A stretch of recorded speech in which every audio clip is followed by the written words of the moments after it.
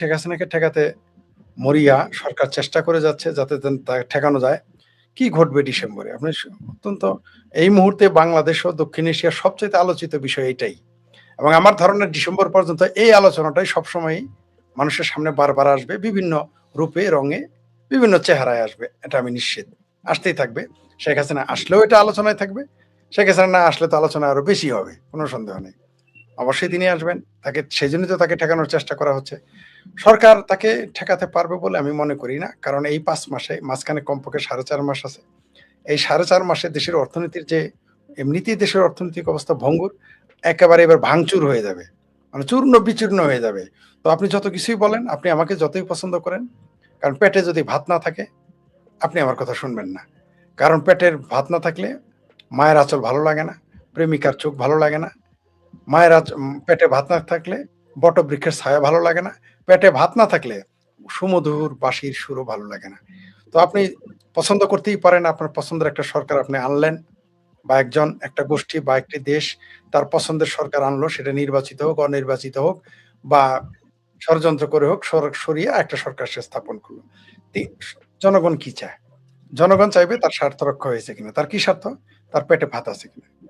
তার কি স্বার্থ? তার চাকরিটা হচ্ছে কিনা। তার কি স্বার্থ? দেশের শিক্ষাটা পাচ্ছে কিনা। তার কি স্বার্থ? আইন শৃঙ্খলা ঠিক আছে কিনা।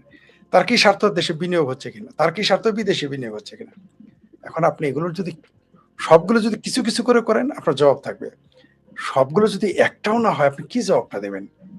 কারণ আয়নাতে তো আপনার চেহারাতে যখন আপনি নিজে যখন নিজের আয়নাতে নিজের চেহারা দেখবেন, তখন তো এটা কোনো উত্তর দিতে পারবেন না। এই বাংলাদেশের মানুষ আপনি জানেন যে প্রতি মুহূর্তে, প্রতিদিন কর্মক্ষেত্র সংকুচিত হয়ে আসতেছে। রপ্তানি সংকুচিত হয়ে আসতেছে। আইন শৃঙ্খলার চরম অবনতি ঘটতেছে।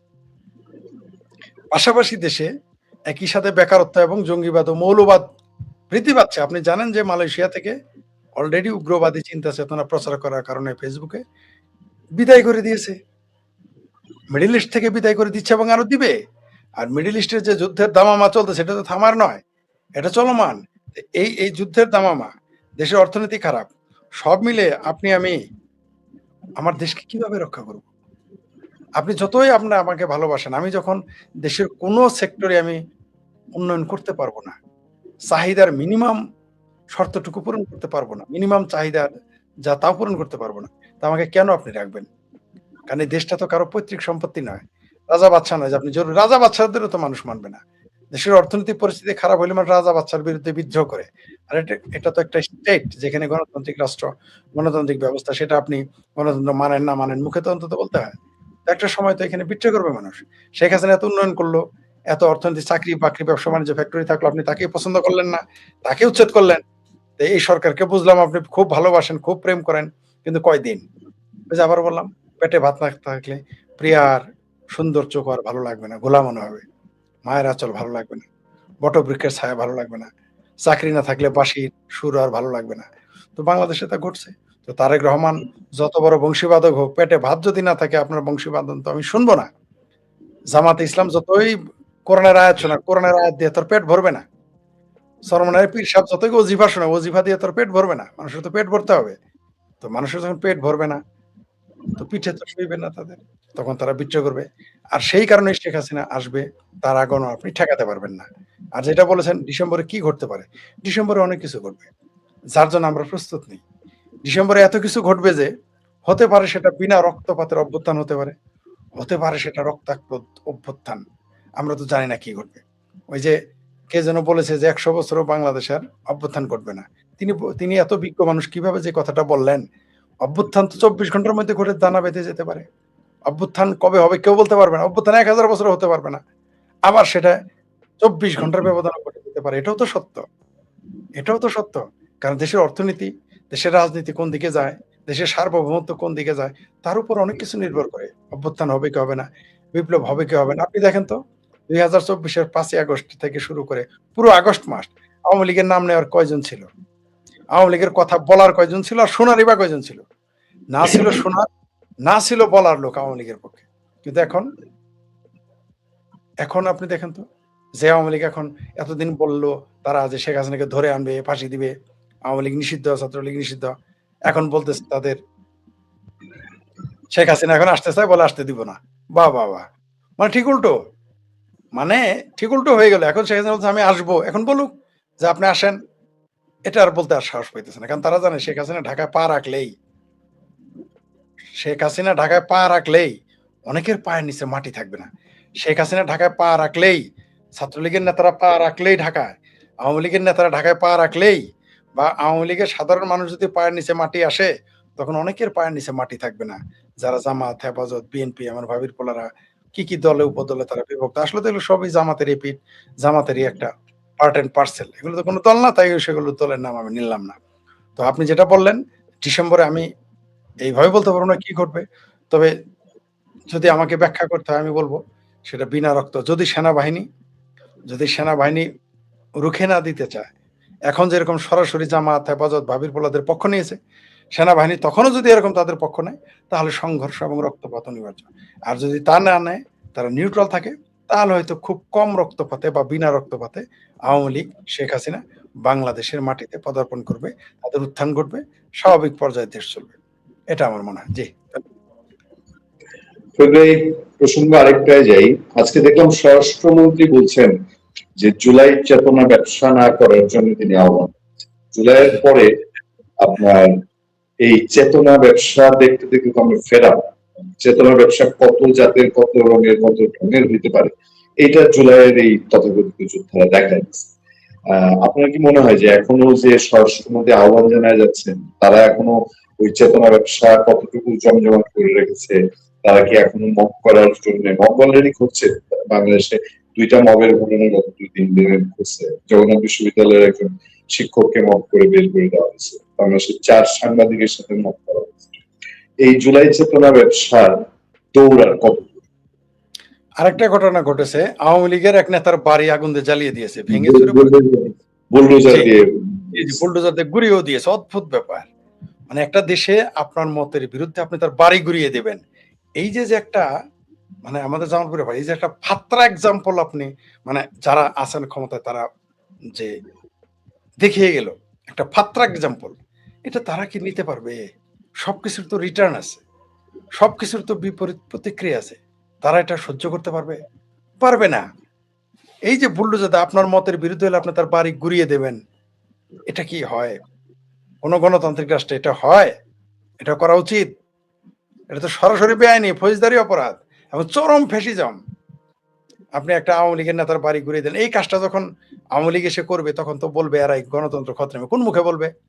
আমরা তো তখন প্রতিবাদ করব, তাই না? আমরা তো আওয়ামী লীগ যদি কারো বাড়ি ঘুরে দেয় আমরা প্রতিবাদ করব। কিন্তু যার বাড়িটা ঘুরিয়ে দেবে, মনে করেন ছাত্রলীগ, যুবলীগ বা আওয়ামী লীগ বা জনগণ, যে গোষ্ঠী হোক, তখন এসে যদি এই ভাবির পোলাদের, বিএনপির, জামাতের বাড়ি বুলডোজার দিয়ে ঘুরিয়ে দেয়, এরা কোন মুখে প্রতিবাদ করবে?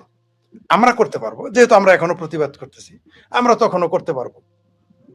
কিন্তু এরা কোন মুখে, জামাত, বিএনপি, হেফাজত, ভাবির পোলারা কোন মুখে প্রতিবাদ করবে?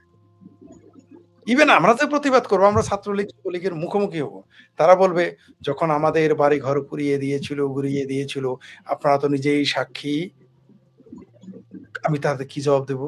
আমার বাড়িও তো ঘুরিয়ে দিয়েছিল। তখন হয়তো বলবো, পরজোর বলতে পারবো যে তাহারা অধম হয়েছিল বলে তুমি কি উত্তম হইবে না?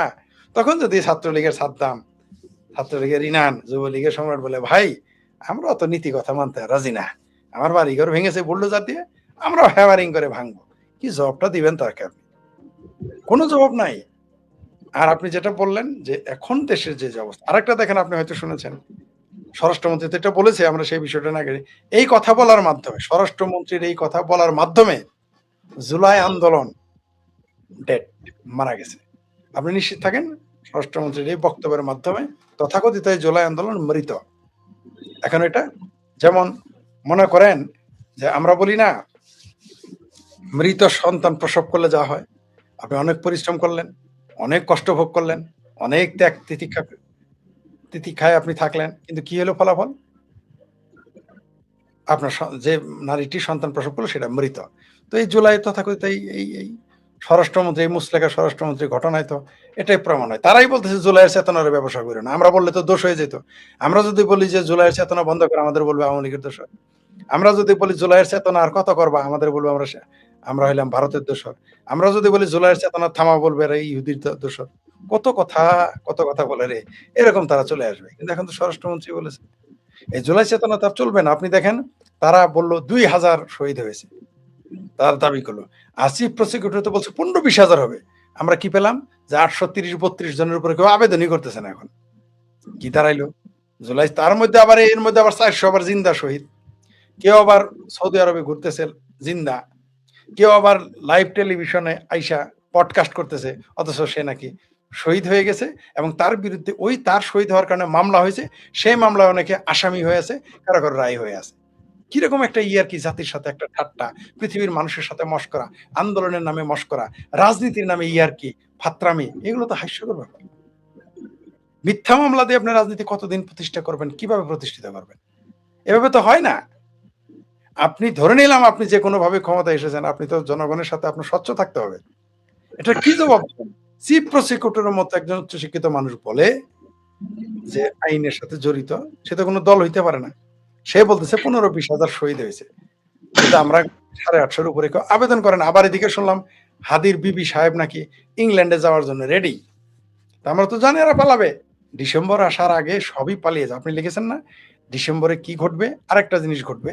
এই যে আজকে যারা তথাকথিত জুলাই বিপ্লবী, তারা দেখবেন দলে, দলে, পালে, পালে, পঙ্গপালের মতো একটা করে না, দলে, দলে পালাবে এরা। আপনি এটা নিশ্চিত থাকেন। এরা না পালিয়ে এদের উপায় নাই। কারণ তারা এত অন্যায় করেছে, এত অবিচার করেছে, তারা ক্ষমাও চাইতে পারবে না, তাদের কেউ ক্ষমাও করবে না। এত অপরাধ তারা করে ফেলেছে। আপনি যদি আওয়ামী লীগ, তাদের ভাষায় আওয়ামী লীগ, তাদের হিসেবে ৮৩২। আপনি বলেন তো প্রতিদিন ৪০ জন মানুষ, প্রতিদিন ৪০ জন প্রতি মাসে ৪০ জন মানুষের মৃত লাশ নদীতে পাওয়া গেছে। এদের ৪০ জনের ৩০ জনই তো আওয়ামী লীগের মানুষ। এই হিসাব আপনাকে দিতে হবে না? এই ২২ মাসে প্রতিদিন ৪০ জন করে হিসাব করে তো পত্রিকায় এসেছে। এটা তো এমন না যে আওয়ামী লীগের আমলে পত্রিকায় এসেছে। এই তারেক রহমানের মুশতাকা সরকারের আমলেই পত্রিকায় এসেছে যে প্রতিদিন ৪০ জন মানুষ মারা গেছে, পানিতে ভাসিয়ে দেওয়া হয়েছে এবং এর অর্ধেকই তাদের কোনো বেওয়ারিশ লাশ হিসেবে কবর দেওয়া হয়েছে। এরা কারা? এরা একদিন বেরোবে। এরা সব আওয়ামী লীগের মানুষ ছিল। এরা মুক্তিযুদ্ধের পক্ষের মানুষ ছিল। এগুলো হিসাব তো আপনাকে দিতে হবে। এই দেশের পুলিশকে দিতে হবে, পুলিশের আইজিপি কে দিতে হবে, এই দেশের গোয়েন্দা প্রধানকে দিতে হবে, এই দেশে যারা এই মুহূর্তে সরকার চালাচ্ছে তাদের সরকারি দল হিসেবে তাদের হিসাব দিতে হবে, সরকার হিসেবেও তাদের দিতে হবে, রাজনৈতিক দল হিসেবে এগুলো হিসাব দিতে হবে। ডিসেম্বর থেকে সেই হিসাব দেওয়া শুরু হয়ে যাবে। আপনি দেখেন, আপনি যদি এই কথাটা বলেন যে ডিসেম্বরে জুলাইয়ের চেতনার ব্যবসা বন্ধ করো, আপনি এই এলাকায় থাকতে পারবেন না। আপনি যত ক্ষমতাধারী হন, এই কথা বলে আপনি টিকতে পারবেন না। ঢাকায় হয়তো এসে আপনি থাকতে পারবেন। আপনার এলাকায় আপনি থাকতে পারবেন না। বা এলাকায় থাকতে পারলে ঢাকায় থাকতে পারবেন না। আপনাকে পাকড়াও করবে। কিন্তু ঘটনা তো সত্য। জুলাইয়ের চেতনার ব্যবসা আমরা কি দেখলাম? একজন তো তার জুলাইয়ের চেতনা, তার ১ জুলাই শহীদের মা আবেদন করেছে তার বাপের যে তার জুলাইয়ের যে ভাতা সেটা যেন বন্ধ করে। কারণ কি? এই জুলাইয়ের চেতনা টাকা নিয়ে সে বিয়ে করতে গেছে, হাঙ্গা করতে গেছে। মানে কত রুচি নিম্নমানের হলে এটা হয়? পাশাপাশি আবু সাইদের বাপ কি বলেছে? আবু সাইদের বাপ বলেছে, সেই পুলিশকে ফাঁসি নিয়ে তাকে যেন ২ টা ফ্ল্যাট দেওয়া হয়। মানে চিন্তা করে দেখেন আপনি যে জুলাই চেতনা কোথায় নিয়ে গেছে। আমরা সেজন্য শুরু থেকেই বলেছিলাম যে এটা জুলাই চেতনা ছিল। জুলাইয়ের চেতনা আবার কি? আপনি বলেন তাদের কোনো আদর্শ ছিল কিনা? প্রত্যেক রাজনীতিতে, প্রত্যেক রাজনৈতিক তাদের একটা কোনো না কোনো আদর্শ, সেই আদর্শ আপনি পছন্দ করতেও পারেন, নাও করতে পারেন। কিন্তু একটা আদর্শ মানে থাকে, কার ৫ আগস্ট পর্যন্ত ৫ আগস্ট পর্যন্ত তো আমরা কোনো চেতনার গল্প শুনি নাই। আমাদেরকে তো ৫ আগস্ট তখন চেতনার গল্প শুনেছেন? তখনকার চেতনা ছিল মুজিবের বাংলায় বৈষম্যের ঠাঁই নাই। কে বলছে তখন মুজিবীয় চেতনা ছিল, এরাই মিছিল করেছে। তখন চেতনা ছিল তোমার আমার ঠিকানা পদ্মা মেঘনা যমুনা। যেই না ৫ তারিখ হয়ে গেল তোমার আমার ঠিকানা হয়ে গেল লাহোর করাচি। যেই না ৫ই আগস্ট ঘটে গেল তোমার আমার ঠিকানা তুরস্ক পাকিস্তান, তুরস্ক পাকিস্তান বদলে গেল। যেই না ৫ই আগস্টের ঘটনা ঘটে গেল তখন ওই যে বৈষম্য মুক্তিযুদ্ধের মুজিবের বাংলায় বৈষম্যের ঠাঁই নাই বলে স্লোগান দিয়ে তারা বঙ্গবন্ধুর বাড়ি ৩২ নম্বর বাড়ি ভাঙলো। যারা বলল যে দলে, দলে কি জায়গায়, জায়গায় খবর দে, দেশে, দেশে খবর দে, রাজাকারদের খবর দে। তারা এসে মুক্তিযুদ্ধের গলায় চেতনা। কে বলেছে চেতনা ছিল? আগে ৫ই আগস্টের আগের দিন ছিল মুক্তিযুদ্ধের চেতনা। তারাই তখন ১৮০ ডিগ্রি উল্টে গিয়ে এখন রাজাকারী আলবদরি চেতনা নিয়ে চলে আসছে। ছিল। তারা জনগণের সাথে প্রতারণা করেছে, নিজেদের সাথে প্রতারণা করেছে। সুতরাং এই তথাকথিত জুলাইয়ের এই চেতনা টিকবে না, টিকতে পারে না, কারণ কোনো চেতনাই ছিল না। এটা ছিল একটা মুনাফিকি, ভন্ডামি, আপনার হিপোক্রেসি, যা এখন দিনের আলোর মতো পরিষ্কার, একেবারেই পরিষ্কার। সুতরাং তাদের মুখোমুখি হইতেই হবে আবার জনগণের। জনগণ কখনো ক্ষমা করবে না। ২ টা অপরাধে তাদের ধরবে। প্রথমত এরা অপরাধ করেছে, ফৌজদারি অপরাধ করেছে, সন্ত্রাস করেছে, মানুষকে মেরেছে, শিক্ষকদের অসম্মান করেছে, মুক্তিযোদ্ধাদের অসম্মান করেছে, সকল পেশাজীবীর উপর আক্রমণ চালিয়েছে, দল মত নির্বিশেষে সব মানুষের উপর আক্রমণ চালিয়েছে। সেই হিসাব দিতে হবে। পাশাপাশি জাতির সাথে তারা চেতনার নামে প্রতারণা করেছে। এই হিসাবও তাদের দিতে হবে। সেই সাথে বিদেশি শক্তিকে বাংলাদেশের ভূমিকে ব্যবহার করার অনুমতি, বন্দর দিয়েছে, করিডোর দিয়েছে, এগুলোর হিসাব দিতে হবে। অসম চুক্তি করেছে, এগুলোর হিসাব জনগণের কাছে দিতে হবে। জি। আপনার এই জুলাই চেতনা নিয়ে পরে আবার আমরা আলোচনা করবো। আপনার চোখে পড়েছে নিশ্চয়ই যে একটা মিছিল হয়েছে প্রেস ক্লাবের সামনে, ব্ল্যাক জুলাই, জি, কালো জি, কালো জুলাই। হ্যাঁ, জি, জি, জি। এগুলো তো এখন দিনকে দিন তো মানুষ মুখ মুখ খুলতেছে জুলাই নিয়ে। যাই হোক, আমরা ইন্টারন্যাশনাল ইস্যু নিয়ে একটু কথা বলতে চাই। ইন্টারন্যাশনাল ঠিক না, আন্তর্জাতিক পলিটিক্স আমাদের দেশের জন্য এখন ভারত, আমেরিকা এবং চীন তিনটা দেশই খুব গুরুত্বপূর্ণ হয়ে পড়ছে। তারেক নিঃসন্দেহে। রহমানের সরকার এই তিন দেশকে কিভাবে মেনটেন করবেন, এইটা অনেকেই প্রশ্ন করে। আপনার কাছে কি মনে হয়, তিনি কি এই তিন দেশকে একসাথে খুশি রাখতে পারবেন? তিনি প্রথমত তো সফর করলেন, এখন আবার সৌদি আরব সফর করবেন, দাওয়াত পেয়েছেন। শুরুতে আপনি বলেছেন যে জুলাই দিবসকে তারা কালো দিবস পালন করেছে। মুভমেন্ট মেহেদী সম্ভবত বিকল্প কি নতুন বিকল্প ধারা এরকম কিছু তার নাম, নতুন কি ধারা, নতুন ধারা সম্ভবত তার দলের নাম। তারা স্বল্প সংখ্যক তারা মিছিল করেছে। এই যে তারা মিছিলটা করেছে এটা তো এমনিতে করে নাই। সেই মুভমেন্ট মেহেদীও কিন্তু সেই আওয়ামী লীগ সরকারের সমালোচক ছিল। সে মুক্তিযুদ্ধের পক্ষের, কিন্তু আওয়ামী লীগের সমালোচক ছিল। আমার সাথে কথা হয়েছে, বলেছে তারাই এখন মিছিল করতেছে যে জুলাই হচ্ছে কালো দিবস। কেন? কারণ তাদের কাছে স্পষ্ট হয়ে গেছে যে এই জুলাই আসলেই কালো। কারণ হচ্ছে যে অর্থনীতিকে ধ্বংস করেছে, রাজনীতিকে ধ্বংস করেছে, গণতন্ত্রকে ধ্বংস করেছে। জুলাই, এই তথাকথিত জুলাই আসলেই কালো দিবস। আমাদের ৭২ সংবিধান ধ্বংস করেছে, আমাদের মুক্তিযুদ্ধের চেতনাকে ধ্বংস করেছে, এই দেশের মুক্তিযুদ্ধকে সরাসরি চ্যালেঞ্জ করেছে। তারা বলেছে যে কোট আনকোট জুলাই হয়েছে মুক্তিযুদ্ধের বিরুদ্ধে। এটা সেই তথাকথিত সেই কি যেন হাদিস, সে নিজে বলেছে। তো আপনি এটা সরাসরি আপনি প্রথমে তো আদর্শগত আপনি বিরোধ করেছেন।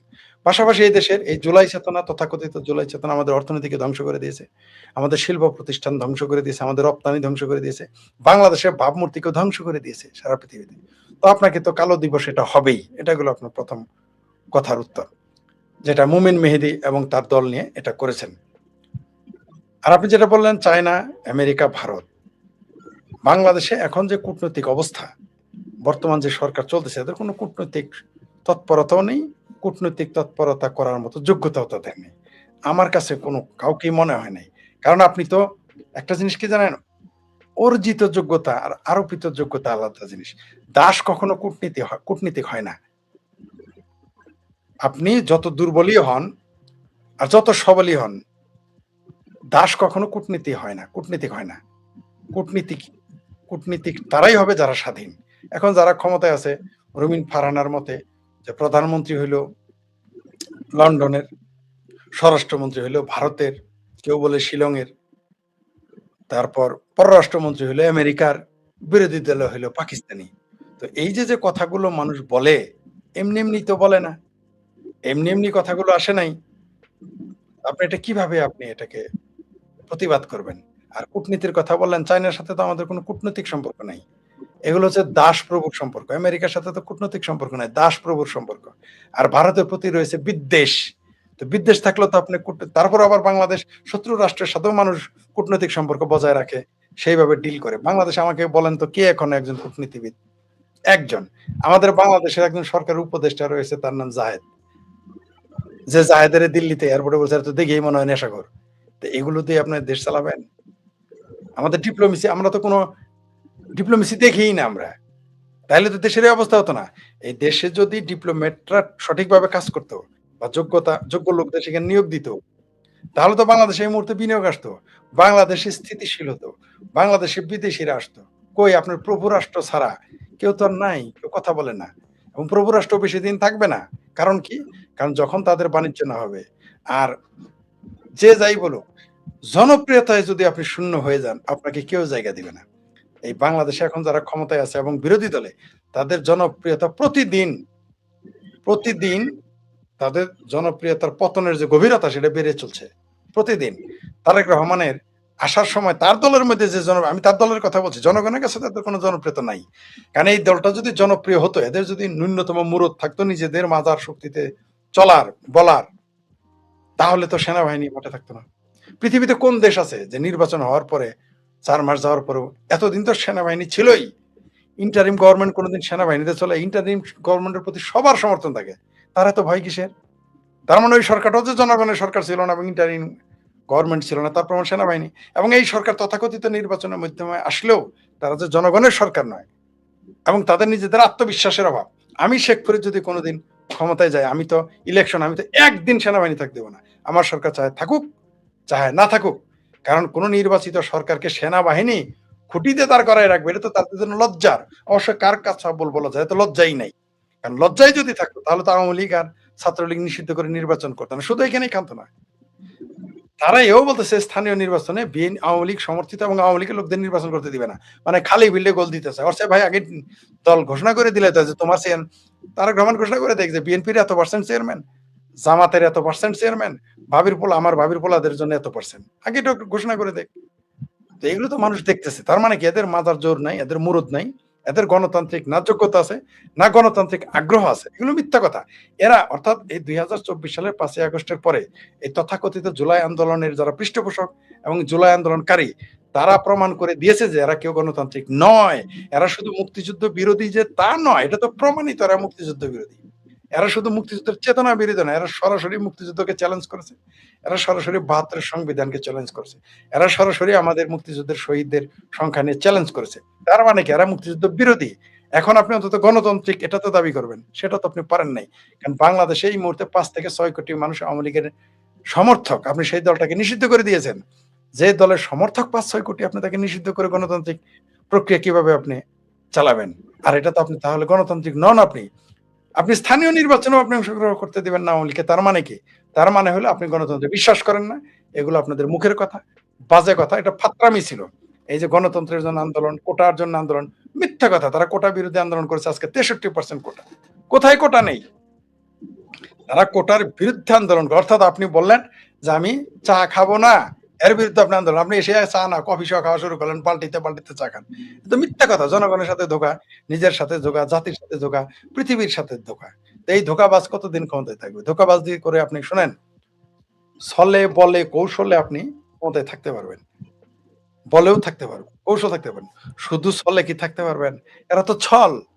শুধু ছল করে আপনি ক্ষমতায় থাকতে পারবেন না। পৃথিবীর ইতিহাসে এটা নাই। বরং এই ৪ মাসে বিএনপি, আমি বলছি না সারা বাংলাদেশে, আমি আপনাকে লিখিত দিতে পারি।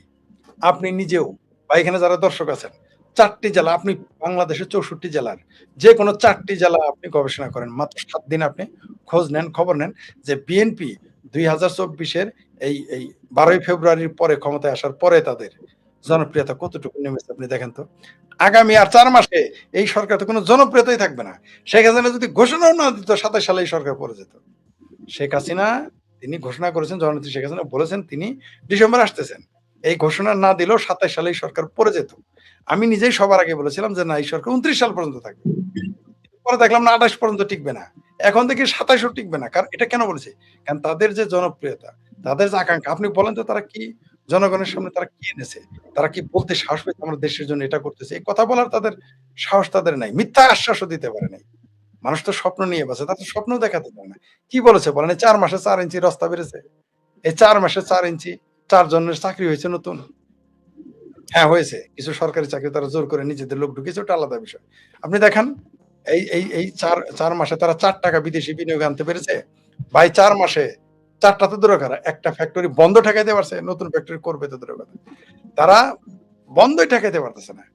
তো এই সরকারের কি অবস্থা হবে? জনগণ কেন তাদের প্রতি আস্থা রাখবে আপনি আমাকে বলেন? এটা কি হয় এভাবে দেশ চলে? আপনি গণতান্ত্রিকও হবেন না, অর্থনৈতিক উন্নয়নও দেবেন না। একটা কিছু তো করতে হবে আপনাকে। আপনি কোনটাই করবেন না। এটা তো হয় না। জনগণ তো, তাদের যে জনগণ তারাই তো মানবে না। আমি বলেছি যেদিন জননেত্রী শেখ হাসিনা আসবেন, যে জনস্রোত থাকবে তার 25% থাকবে তো বিএনপি জামাতের লোক। তারা খুশি। শেখ হাসিনা আসতেছে এই খবরে আওয়ামী লীগের চাইতে, আই এম সরি এই কথাটা বলাতে। আওয়ামী লীগের নেতারা একটু ভয়ে আছে। আক্রমণ হবে, হেন হবে, তেন হবে। মুখোমুখি হইতে হবে, আন্দোলন করতে হবে। কিছু ভয়। সবাই না, কিন্তু উদ্গ্রীব, জান দেওয়ার জন্য রেডি। কিন্তু যারা জামাত বিএনপি করে তাদের 25% রেডি কখন শেখ হাসিনা আসে। কারণ চাউল আলার দোকানে চাউল বেচা নাই। মাছ আলার দোকানে মাছের বাজারে মাছ বেচা কমে গেছে। আপনার মাংসের দোকানগুলো কসাইদের জিজ্ঞেস করেন বেচা কমে গেছে। ফ্যাক্টরির মালিককে কর্মচারীদের জিজ্ঞেস করেন তারা ভয়ে আছে। ফ্যাক্টরির মালিককে জিজ্ঞেস করেন সে আরো ভয়ে আছে। কে ভালো আছে? মোল্লাদের দাওয়াত কমে গেছে। মোল্লাদের ব্যবসা ওয়াজের ব্যবসা কমে গেছে। সিনেমা হল তো আগে থেকেই না বোম্মার এটা ক্লিয়ার করে দিছেন। না সিনেমা তো গায়েব, নাটক গায়েব, শিল্পকলা গায়েব। আচ্ছা বাদ দেন মৌলবীরাই করে খাক। মৌলবীদের ব্যবসা তো এখন ভাটা। এখন মৌলবীদের ব্যবসাতেও ভাটা। কারণ পয়সা নাই। পয়সা না থাকলে আপনি কি করে খাবেন? তো এই কারণে তাদের যে জনপ্রিয়তা নষ্ট হয়ে গেছে। সুতরাং শেখ হাসিনা তো আসবেই এবং তাকে ঠেকায় রাখতে পারবে না। কেউ না, কারো পক্ষে সম্ভব না। আসলে ফরিদ ভাই, আমাদের আমাদের এই দেশের মানুষের দুর্ভাগ্য, একটা স্থিতিশীল সরকার সেই 90-এর দশকের পর থেকে, তো 80 দশকের পর থেকে আর সেই সুযোগে উঠছে না। আমি এই দুজন দর্শকের দুইটা কমেন্ট নিতে চাই ফরিদ ভাই। জি। একজন কমেন্ট করেছেন যে আওয়ামী লীগের একটা শিক্ষা হওয়া দরকার ছিল, এক নম্বর। আর আরেকজন কমেন্ট করেছেন শেখ হাসিনা যদি না আসেন ডিসেম্বর, তাহলে তার দলের লোকজনের মনোবল ভেঙে পড়বে। আপনার কি মনে হয়? আমি তাদের ২ কথার সাথে অবশ্যই দর্শকরা আমি দর্শকদের খুব সম্মান করি। তাদের মতের সাথে দ্বিমত হইতে পারে আমার, সেটার সমস্যা নাই। মত প্রকাশের স্বাধীনতা আছে। যে ২ জন দর্শক কমেন্ট করেছে আমি মনে করি ২ জন দর্শক সঠিক বলেছেন। সত্যিই বলেছেন যে আওয়ামী লীগের একটা শিক্ষা হওয়া দরকার ছিল। আবার যেটা ২য় প্রশ্ন করলেন, এটাও সত্য। ওইটা আরেকবার বলেন ২য় প্রশ্নটা। এটাও সত্য। যে শেখ হাসিনা যদি ডিসেম্বরে ফিরে না আসেন, তাহলে তার দলের লোকজনের মনোবল ভেঙে পড়বে। হ্যাঁ, এটা মনোবল ভেঙে যাবে কোনো সন্দেহ নেই। তাহলে আওয়ামী লীগের ক্ষমতায় ফেরাটা দেরি হবে অনেক এবং খুব কঠিন হবে। আওয়ামী লীগ আসবে। এখন হয়তো ডিসেম্বরে হয়তো ১ হাঁড়ি ২ হাঁড়ি দিলে মাটিটা ভিজে যাবে। কিন্তু ডিসেম্বরে যদি জননেত্রী শেখ হাসিনা না ফিরেন, তাহলে সেটা ১০ হাঁড়ি দিয়ে ভেজাইতে হবে। কষ্ট হবে। কিন্তু আসবেই। আসবেনই তিনি। আর আমার ধারণায় আ অবশ্যই দর্শক ২ জনের খুবই চমৎকার মন্তব্য এবং খুবই গুরুত্বপূর্ণ এবং আমি মনে করি আওয়ামী লীগের যারা নেতা রয়েছেন, যারা পলিসি মেকার এই ২ টা মন্তব্য আপনারা ভাববেন। এই ২ টা মন্তব্য all critics are not enemy সকল সমালোচক শত্রু না। যে দর্শক আমি জানি না তারা কোন সেন্স থেকে বলেছেন। কিন্তু তারা কিন্তু সত্য বলেছেন। এটা অপ্রিয় হলেও সত্য। আবার একটা কথা বলি, আমি একটু যোগ করি ৩য় সেটা জনগণের একটু শিক্ষা পাওয়া দরকার ছিল। যে কে আসলে কেমন লাগে? ঠিক আছে? যে কোন স্বামীর ভাত খাইতে কেমন লাগে একটু জনগণেরও বোঝা উচিত ছিল। জনগণও এখন বুঝতে পেরেছে। শুধু আওয়ামী লীগ বুঝবে না, জনগণও বুঝতে পেরেছে তারা কি করেছিল। তারা চেয়েছিল যে এদের সরায় দিলে আরো ভালো থাকবে। কিন্তু দেখেছে না, আরো ভালো না। উল্টা হয়েছে যে তারা শুধু খারাপ না, শুধু খারাপও যদি থাকতো একখান কথা ছিল। চরম পরিস্থিতির মুখোমুখি হয়েছে। তার জন্যে আপনি ঠিকই বলেছেন যে আওয়ামী লীগের শিক্ষা উচিত ছিল, আমি বলি জনগণেরও শিক্ষা উচিত ছিল। আর যেটা বলেছেন ডিসেম্বরে যদি জননেত্রী শেখ হাসিনা না ফিরেন, এটা আওয়ামী লীগের জন্য কঠিন হয়ে যাবে। এটা সাথে মনোবল ভেঙে যাবে। কোন সন্দেহ নাই আমি আপনার সাথে একমত। এবং আপনার মতের প্রতি আমি শ্রদ্ধা জানাই। বাংলাদেশ আওয়ামী লীগের যারা পলিসি মেকার তাদের এই ২ মতকে খুব গভীরভাবে নেওয়া উচিত। জি। একটা আচ্ছা, মাঝে একটা ইন্টারেস্টিং কমেন্ট দেখতে পাচ্ছি, জি, জি, জি, জঙ্গি জি, জি। ইন্ডিয়া শেখ হাসিনা ফিরবে। জি। আপনার জি, আমি ওই ভিন্ন একটা ব্যতিক্রম একটা জায়গার প্রসঙ্গ করি। আমাদের রাষ্ট্রপতি মোহাম্মদ শাহাবুদ্দিন চৌধুরী, ওনাকে তো ইউনূস আমলে যত হেনস্থা অপদস্থ করা হয়েছে, আমরা আমাদের জায়গা থেকে তীব্র প্রতিবাদ করলাম। আহ তারেক রহমান সরকার আসার পরে তাকে মূল্যায়ন করা হচ্ছে।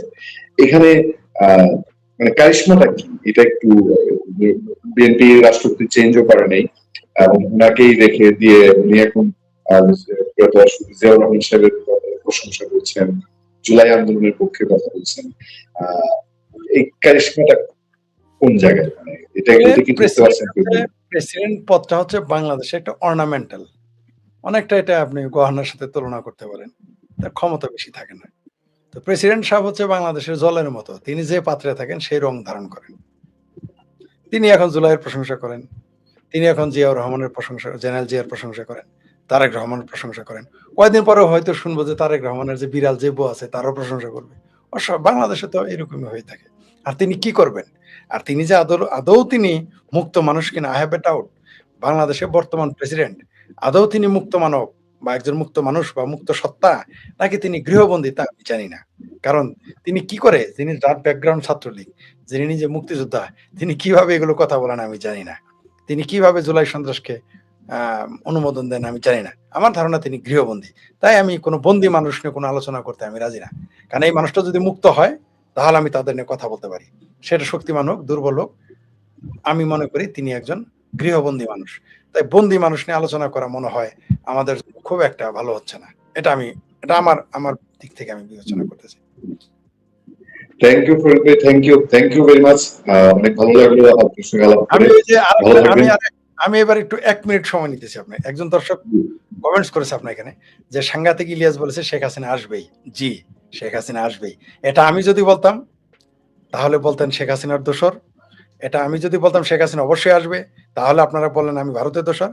এমনকি আমাদের যে আতিক রহমান পূর্ণিয়া সাহেব আছে, উনিও যদি বলেন শেখ হাসিনা আসবে, তাহলে আপনিও বলবেন যে তিনি জুলাই সন্ত্রাসের বিরুদ্ধে জুলাই আন্দোলনের বিপরীতে চলে গেছেন, এটা বলবেন। কিন্তু এটাই সত্য। আমি জানি না সাংঘাতিক ইলিয়াস যে নিজে বলেছে তার তার তার সে নিজে বলেছে তার রক্ত হলো পি পজিটিভ মানে পাকিস্তানপন্থী। সেইজন্য আমি তাকে অনেকে আমাকে বলে, "আপনি পিনাকি নিয়ে এত সমালোচনা ইলিয়াসকে নিয়ে কেন করেন না? সে তো স্বাধীনতা।" আমি বলছি, "সে তো ঘোষণা দিয়েছে সে পাকিস্তানপন্থী। যে লোকটা ঘোষণা দিয়েছে আপনার শত্রু, তার নিয়ে আর কি আপনি সমালোচনা করবেন? তার সাথে তো আপনার মুখোমুখি হইতে হবে। তার তো সমালোচনা করার কিছুই নাই। তা না হ্যাঁ, পূর্ণিয়া ভাই বা আমরা বললাম একটা করলাম একটা তাহলে সমালোচনা করা যায়। কিন্তু সে তো ঘোষণা দিয়েছে সে মুক্তিযুদ্ধের বিরুদ্ধে। তবে দেখেন, শুধু আমরাই বলি না, এই যে সবচাইতে বঙ্গবন্ধু পরিবারের সমালোচক, শেখ হাসিনার সমালোচক, আওয়ামী লীগের সমালোচক, ছাত্রলীগের সমালোচক, ভারতের সমালোচক, হিন্দুর সমালোচক, হিন্দু বিদ্বেষী, ভারত বিদ্বেষী, মুক্তিযুদ্ধ বিদ্বেষী ইলিয়াসও কিন্তু বলতেছে শেখ হাসিনা ফিরবেন। আসলেই তিনি ফিরবেন। কারণ ওই যে আমাদের এডিটর সাহেব যে শিরোনাম দিয়েছেন যে চেষ্টা কেন করতেছে? কারণ জানে তিনি শেখ হাসিনা যখন বাংলার দেশের ঢাকার মাটিতে পা রাখবেন, এই মুহূর্তে যারা ক্ষমতায় রয়েছে, এমনকি যারা এর আগে ইন্টারিম গভর্নমেন্টে ছিল, তাদের পায়ের তলার মাটি থাকবে না।